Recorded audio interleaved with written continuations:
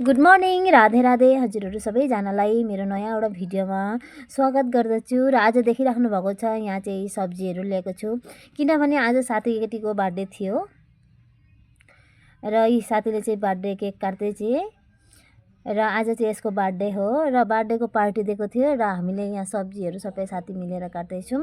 र यतापट्टि चाहिँ हो माछाको टाउको, किनकि यो चाहिँ मुरीगन्ड बनाउनको लागि माछाको टाउको, र यतापट्टि चाहिँ मटन बनाउनको लागि।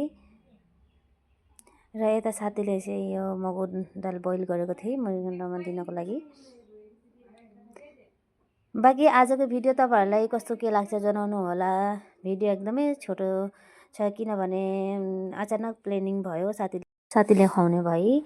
र त्यस्तै हो होस्टेल लाइफमा, अब यस्तै अब बर्थडे पार्टी भनौँ के पार्टी भनौँ, यसरी नै अब हामीले टाइम स्पेन्ड गर्दछौँ। यो टाइम अब फेरि घुरेर आउँदैन। र यतापट्टि देखिराख्नु भएको छ सलाडहरू बनिरहेछ र चिकन पनि बनिसक्यो, सबै त बनिसक्यो र अब चाहिँ खानको लागि रेडी भइसक्यो पनि। र आजको भिडियो यति नै हो। राम्रो लाग्यो भने लाइक कमेन्ट गरिदिनु होला। By by.